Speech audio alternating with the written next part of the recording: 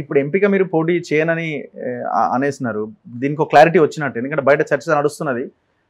పోటీ చేస్తేనేమో మధు యాష్కి అని. మరి ఎట్లా మరి వాట్ నెక్స్ట్? మరి ప్రభుత్వంలో భాగస్వాములు కారా?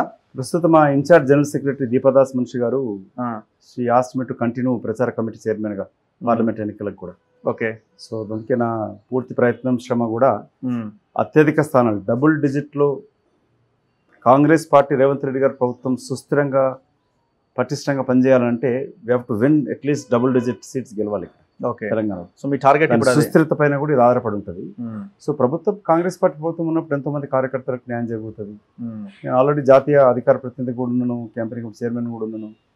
సో భవిష్యత్తులో పదవులు పక్కన పెడితే రేపటి ఈ ప్రజా ప్రభుత్వం అయితే ఏర్పడిందో గత 2 నెలల నుంచి రేవంత్ రెడ్డి గారు ముఖ్యమంత్రిగా పనిచేస్తున్న తీరు, మంత్రులు కష్టించి పనిచేస్తున్న తీరు, అనుభవం లేకున్నా కూడా వాళ్ళు నేర్చుకుంటూ పనిచేస్తున్న తీరు కూడా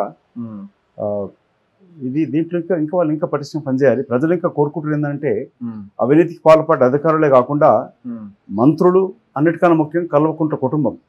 అసలు కల్వకుంట్ల కుటుంబం కేసీఆర్ కేటీఆర్ గిట వాళ్ళ అంగీకారం లేకుండా, వాళ్ళ ఆదేశాలు లేకుండా ఈగ కూడా కదలలేదు. అవును.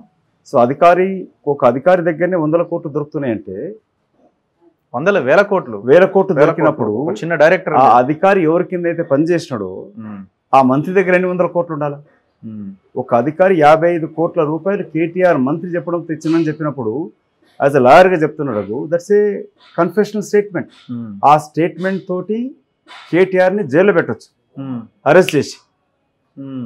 సో అతనికి నేను ముఖ్యమంత్రి గారితో ఉప ముఖ్యమంత్రితో మాట్లాడడం జరిగినది.